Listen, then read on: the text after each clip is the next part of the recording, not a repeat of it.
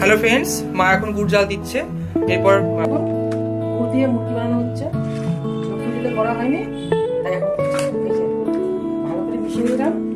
এই হয়ে গেল আমার টেস্টি টেস্টি ঘরের মুরগি।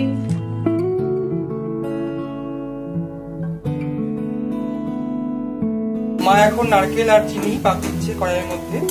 আজকে আমাদের এখন বানানো হবে সাদা নাড়ু। খুব সুন্দর একটা ফ্লেভার আসছে। নাড়ুগুলো পাকানো হচ্ছে এবং শেপ দেওয়া হচ্ছে গোল গোল করে। তো তৈরি হয়ে গেল এক প্লেট গরম গরম মুরগি। আমি অল্পটাই নিয়েছি, আরো বাকিটা আছে।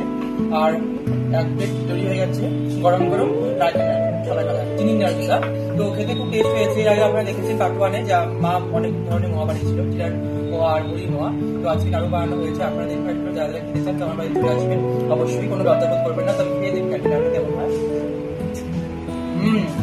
টেস্ট খেতে এটা এলাচি ফ্লেভারটা আসছে, এটা আরো এনহ্যান্স করে দিচ্ছে খাওয়া।